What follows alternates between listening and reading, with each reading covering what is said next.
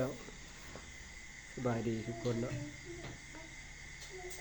มื้อนี้ก็สิมาซักถาดเหล็กให้หมูน้อยที่เกิดมาได้ประมาณอาทิตย์ปลายแล้วมีแม่หนึ่งว่าเราบ่ได้ถ่ายเนาะแม่นั้นได้เกือบ10 มื้อแล้วแล้วแม่เขากำลังซักนี่แม่นได้ประมาณ7 มื้อหรือว่า8 มื้อนี่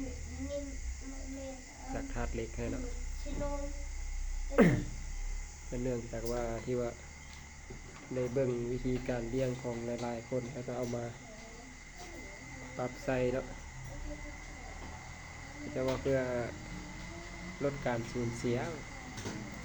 ก็มาลองเฮ็ดแต่เบิดทุกวิธีทางก็บ่รู้ว่ามันที่ได้รับผลได้ก็ลองมึงไปเนาะสำหรับผู้ที่มีประสบการณ์มาหลายแล้วก็เรียนรู้มาหลายแล้วมีบทเรียนหลายกันอันอยากแนะนำบ่มีหยังก็คอมเมนต์ทางรูปได้เนาะเพื่อเป็นบทเรียนแลกเปลี่ยนกัน เพราะว่าคือเราก็เลี้ยงมานี่ประมาณได้ปีเกือบ2 ปีแล้วแต่มันเจอปัญหาแล้วแม่นตอนช่วงที่ว่าหมูน้อยเกิดมาทำอิฐก็ได้3-4 มื้อหรือว่าได้10ปลายมื้อนี่มันสิมักเจ็บท้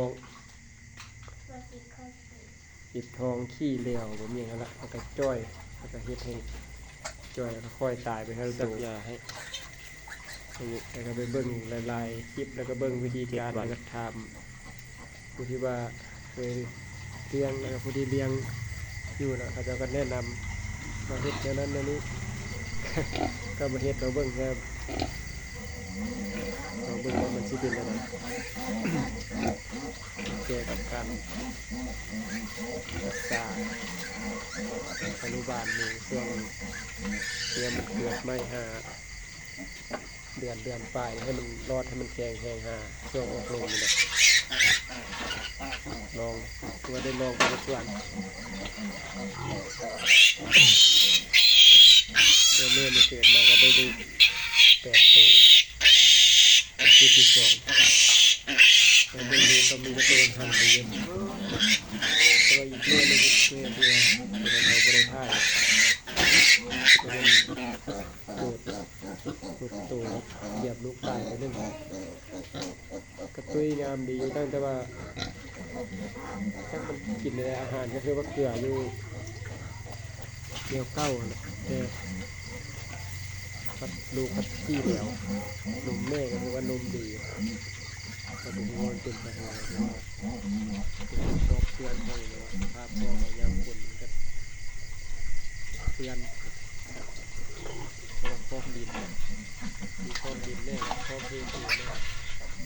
ส่วนก็คือไม่ได้มาทานเขากันนะครับแล้วก็เอา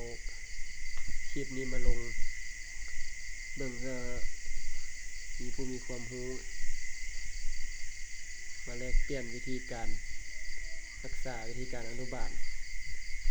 เป็นไรคือเขาว่ามาแล้วปัญหาที่เจอแล้วมันเจ็บท้องน่ะท้องขี้เหลวขี้เหลืองมีอย่างนั้นขี้ขาวน่ะก็แก้ไขบ่ตกเทื่อมาวันนี้ก็ขอขอบใจผู้ที่เข้ามาเบิ่งรับชมเนาะเจอกันใหม่ในคลิปหน้า